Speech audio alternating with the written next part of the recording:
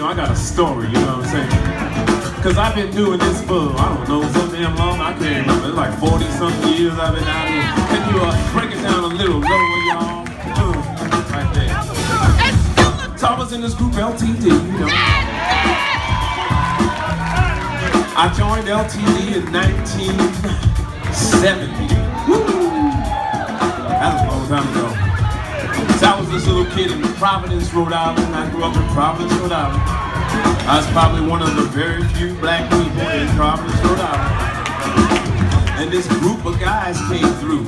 And everybody said, dude, you gotta go down to this club and see this group of guys. 10 black people playing in a club. I said, there's not 10 black people in Rhode Island. So I'm trying to figure out who they were.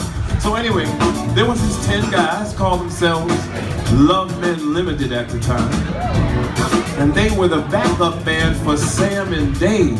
Y'all remember Sam and Dave? And so they left Sam and Dave and they traveled up the East Coast, and I met them in my hometown. And I went one night to see them.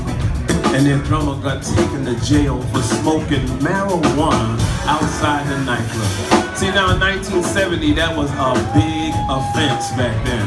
So they locked you up and threw it. Now you get some medical card, you can just do what the hell you want with marijuana. But they locked his ass up, and so I got my start because of some marijuana. Because I walked in, I played drums, and next thing I know, I joined the group. Went off to California. We got our first record in 1972. And I was with the group for like 10 years. And then I went on a solo career. I met this amazing man by the name of George Duke. Y'all know George Duke, because that was my boy right there.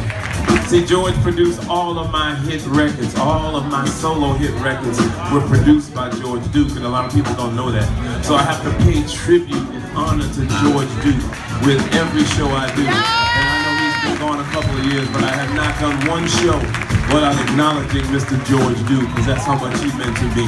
So anyway, that's just a little bit of my story. I'm gonna tell you another part of my story a little later on, because I got my start because of drugs, you see what I'm saying? Because marijuana got me my first gig, and then my second gig I got when I was 15 years old, playing behind the OJs, because the drummer was doing, it was heroin back in the day, it was a big drug. And he was nodding off in between songs like, man.